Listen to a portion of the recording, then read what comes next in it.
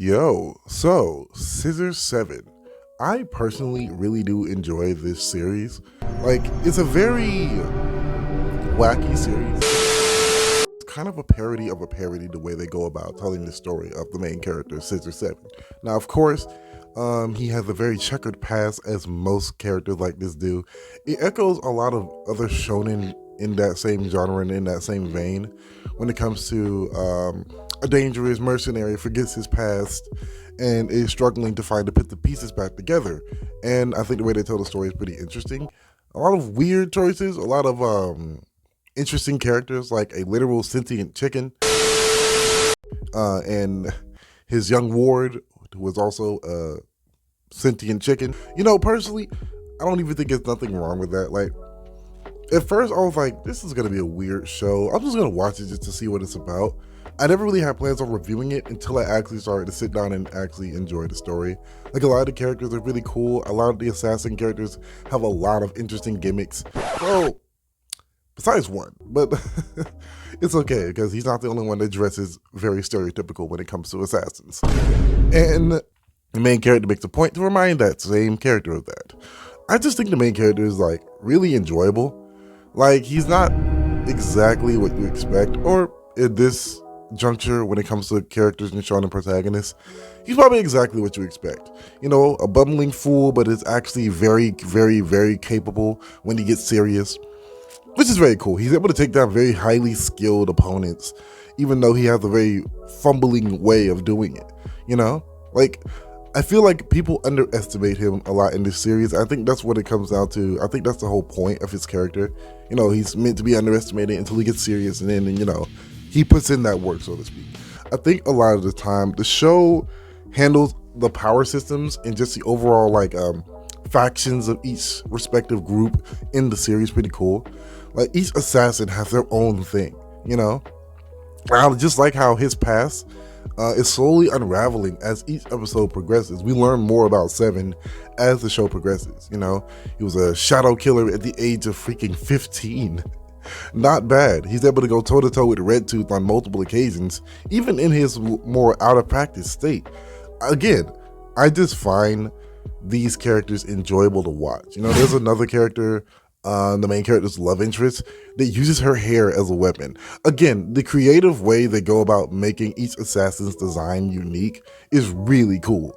And again, the factions, i.e. the Stanians, and of course the people who use chi, chakra, and all those traditional means of, having abilities enhanced. I thought it was very cool the way they have their little dynamic. It's like one is trying to prove their superiority to the other. And I think it's very cool. The Stanians get very dark very quickly. You learn that, they're not the greatest individuals when it comes to human experimentation. They even experiment on their own people to, I guess, evolve the human species to, merge with technology, which is fine. It's cool. It's an interesting premise, I guess. Nothing really new. Pretty much Skynet, but this time instead of a computer doing it, it's pretty much humans. So honestly, it's very interesting. They try to throw away emotion and things of that nature to be more robotic, to be more machine-like. Yet at the end of the day, they are still human, and we find that out with the Prince of Stan himself. And the way his story unfolds is, again, really cool. You actually start to care about this cold, unfeeling a-hole, And even the comedy, it hits so good when it comes to this show. You wouldn't even think the comedy would be all that. You would think it would be very much kind of boring, but the comedy lands surprisingly well. And the backstory for literally each and every character is so cool. There is a certain long silver-haired Sephiroth wannabe assassin that has a past with Seven, and the way they tell that one is also interesting. He tries to unravel his past as well in his own way, mind you, but I just think it's very interesting. It's so cool. I mean, really. So other than that, if I had to really give this show my whole thoughts, I think it's fun. I think the freaking soundtrack goes crazy.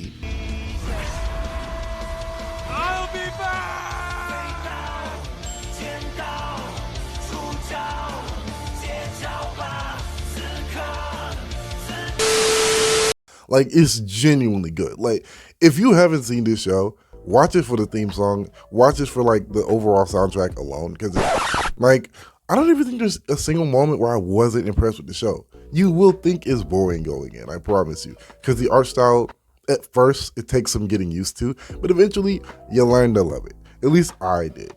I find it that Seven's alter ego, Killer Seven, I think is more interesting, obviously, than his more dopey persona, but that's just me personally. I mean, come on. Y'all knew that was going to be the case, at least with me. If you know anything about me and my channel and the things I talk about, et cetera, et cetera. Yeah, I think they make a lot of interesting jokes when it comes to, oh my God, like his uniform or at least his clothes, you know, of his past. He was like, this is my clothes? It looks like cosplay. And I'm like, dude, everyone looks like they're in cosplay in this show. You are no different. Like, what did you think this was? Like, I just think the overall design is just better. You know, it gives off very Lost Ronin vibes. And even about his character, it's pretty much a Lost Ronin. You know, he doesn't know himself. But so many other people just come out of the woodworks entering his life who already know him. And I think that's very cool, especially from his perspective. He's just like, dude, how do so many other people know me, but I don't? You know, it's so cool. And you get to see like the journey this character will go on. You know where he's going. You know he's going to eventually find out who he is. But again, it's the journey that I enjoy so much about these type of stories. It's not so much of the destination. It's all about the journey and the people you meet along the way. And again, this story does it masterfully. I really do enjoy it so much. Like, there isn't a single problem I have with it, besides the fact that each season needs to be longer, like genuinely. So honestly, I've been putting off this show for a very long time, at least as far as my review, because I've been watching it for a while. You know, I finished it quite a while ago, almost a week ago by now. And I gotta say, I regret nothing. The show is just really enjoyable. But other than that, I do just want to say, I gotta give this show a solid 8.5. Like, I struggle to find a problem with it besides, again, the slower seasons. But not the slower seasons, but the shorter seasons. And I wish that they were just longer, you know, so I can just enjoy these characters a lot more. Other than that, I did enjoy it nonetheless. And hopefully, you know what I'm saying, we get a lot, and I do mean a lot more seasons when it comes to this show. I hope it doesn't end too soon. But like, and that's my problem with recent shows nowadays. I feel like a lot of them, they try to end so quickly, you know, especially with new gen anime in general. Like, a lot of them, at some point, it can feel good. At the same time, it can feel really annoying if you really find the series is so enjoyable to where you don't want the ride to end. But you know what they say, all good stories must come to an end. And I could see this show lasting for like a few more seasons maybe.